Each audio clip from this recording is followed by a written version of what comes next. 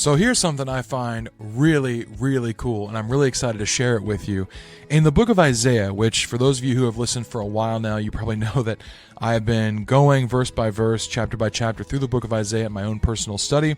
And so we've had a lot of videos kind of on this book, and it's really great. I love it. I was nervous going into it because it's massive and there's so much in there, and I thought, how am I ever going to navigate it? But I've just taken it slow, and it's actually been a really great study, although it has at times gotten a little bit heavy because there's a lot of repetition, there's a lot of archaic language, a lot of judgment language. So I'm really loving it. There is so much more in here than I really expected or knew fully going into it, but it's been a wonderful study that I've really appreciated, and several Truth Be Told episodes have come out of it, so that's been really cool as well. But in chapter 53, we get this really awesome prophecy that I just want to talk about a little bit. And something that struck me as I went through this is the language tense that is used by Isaiah in writing this down. And you'll see what I mean in just a minute. How could tense be that important? But it really is. And it also kind of makes me have more questions about how prophecy worked. Like, how was God delivering certain prophecy or certain words to the prophets? We're going to get into all that. It shouldn't be too long an episode, even though that seems like a big topic. But first, I want to just start by reading Isaiah 53. Verse 1, "Who has believed what he has heard from us, and to whom has the arm of the Lord been revealed? For he grew up before him like a young plant, and like a root out of dry ground. He had no form or majesty that we should look at him, and no beauty that we should desire him. He was despised and rejected by men, a man of sorrows and acquainted with grief, and as one from whom men hide their faces. He was despised, and we esteemed him not. Surely he has borne our griefs and carried our sorrows, yet we esteemed him stricken, smitten by God, and afflicted.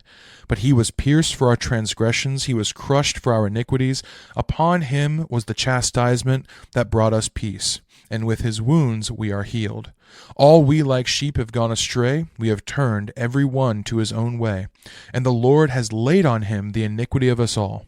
He was oppressed, and he was afflicted, yet he opened not his mouth. Like a lamb that is led to the slaughter, and like a sheep that before its shearers is silent, so he opened not his mouth. By oppression and judgment he was taken away. And as for his generation, who considered that he was cut off out of the land of the living, stricken for the transgression of my people? And they made his grave with the wicked, and with a rich man in his death, although he had done no violence, and there was no deceit in his mouth." Verse 10, "Yet it was the will of the Lord to crush him. He has put him to grief. When his soul makes an offering for guilt, he shall see his offspring. He shall prolong his days. The will of the Lord shall prosper in his hand. Out of the anguish of his soul he shall see and be satisfied. By his knowledge shall the righteous one, my servant, make many to be accounted righteous, and he shall bear their iniquities. Therefore I will divide him a portion with the many, and he shall divide the spoil with the strong, because he poured out his soul to death, and was numbered with the transgressors. Yet he bore the sin of many, and made intercession for the transgressors." So that is chapter 53. It's not very often on Truth Be Told that I'm reading entire sections, but what I find so cool about this chapter, first of all, is that this is such a pointed prophecy about Jesus Christ. If I were to read this prior to the events of Jesus' life and death, and were really wanting to fabricate the coming of Messiah, I don't know that I would have chosen the actual events that happened to Jesus, and yet they fit it so perfectly.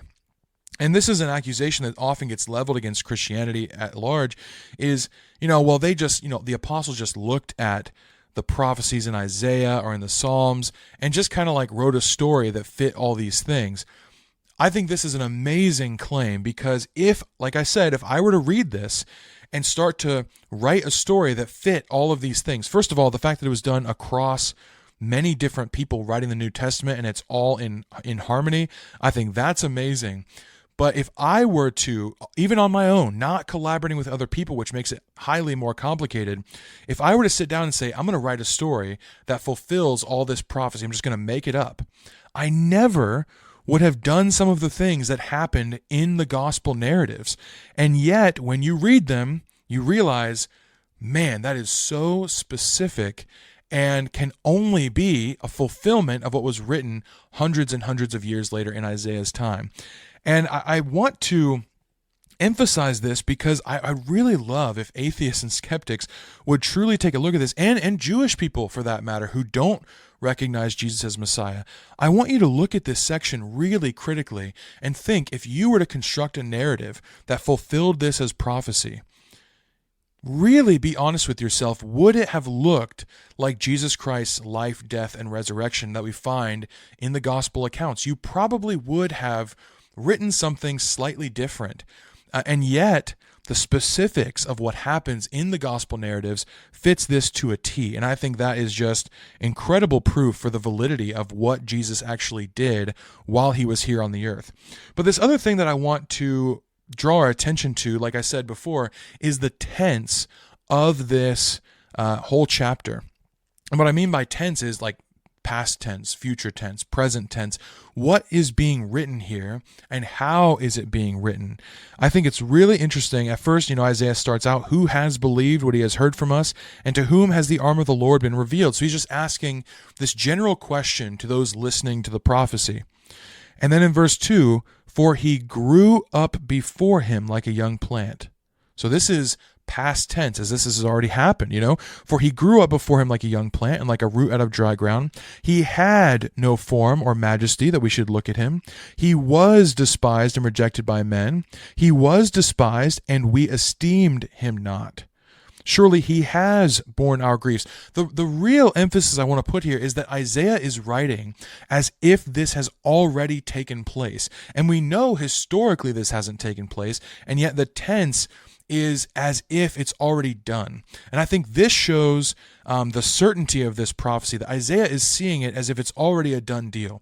Now, what he saw, how he saw it, that I don't know. And this is why it brings up questions about how is prophecy delivered to the prophets, Were they seeing it like a vision and writing it down?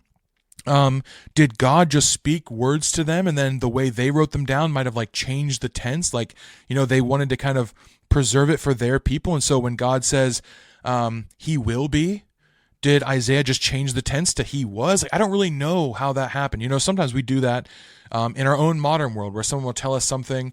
Let's say someone tells you a story and they say, so I'm going to the store, right? And someone else says, what did he say? And you say, he went to the store. You just changed the tense without even realizing that you did it.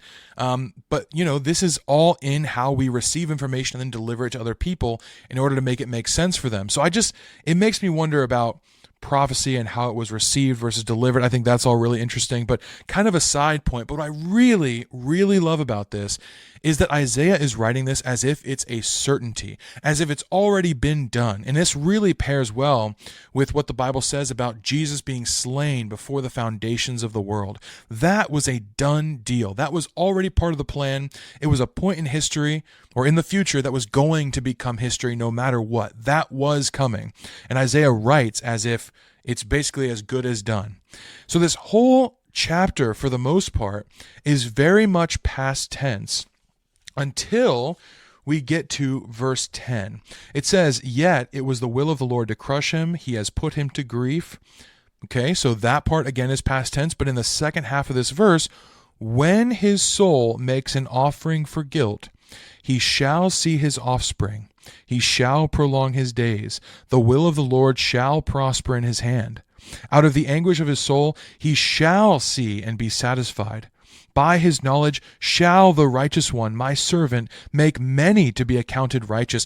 And it continues like this. And I think the beauty of this being future tense is that there is still so much fulfillment to happen, in the sense that, yes, after he was raised from death, he did see a partial fulfillment. He did see people coming into the church by virtue of the reception of his Holy Spirit, but there is still more work to be done on the earth until that day when he finally returns and he sees it done in full while he rules on the earth during his millennial reign. And I think that is really, really cool, because we can, not only does Isaiah write in a way where reading this actually makes more sense for our time after Jesus Christ has been crucified and has risen from death.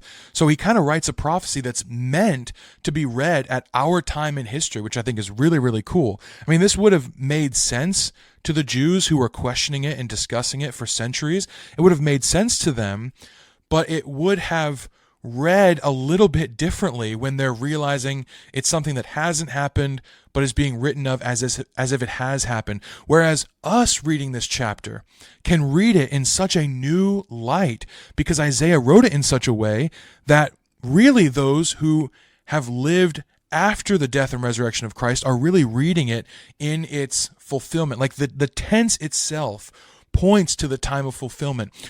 We can read this after he has done these things, so we can read it in past tense while also standing at this crucial time in history where there's still more to be fulfilled, where there is still more to be added to his body, where there is still, as it says here, many to be accounted righteous, and he shall bear their iniquities. So he's already borne the iniquities of those who have accepted him, but there are more to be told this good news to, who will also have their iniquities borne by him, as one born out of time, as Paul puts, which I think is a really cool phrasing as well. So I think this prophecy is awesome. Hopefully this lets us read it with a new light, read it with a new appreciation, because it really seems to be written for the Jewish people that Isaiah was writing to, and yes, to all people that this has been preserved for, but we are in a unique point in history where we can read this and the tense actually makes sense. And so it's so cool that even in the language chosen, Isaiah seems to be writing this prophecy for people who are living in the time between the first coming of Christ and the second coming of Christ, and that is us. So a really cool instance of the Bible not only being written for us, but kind of written to us. And I think that's really cool because so often the Bible is written to a specific people, and we still don't want to discount that context at all. But there are certain moments where it seems like the author steps out of time and speaks directly into our present time. And that's a moment that's happening here in the book of Isaiah. And I find that fascinating and encouraging, and hope you do too.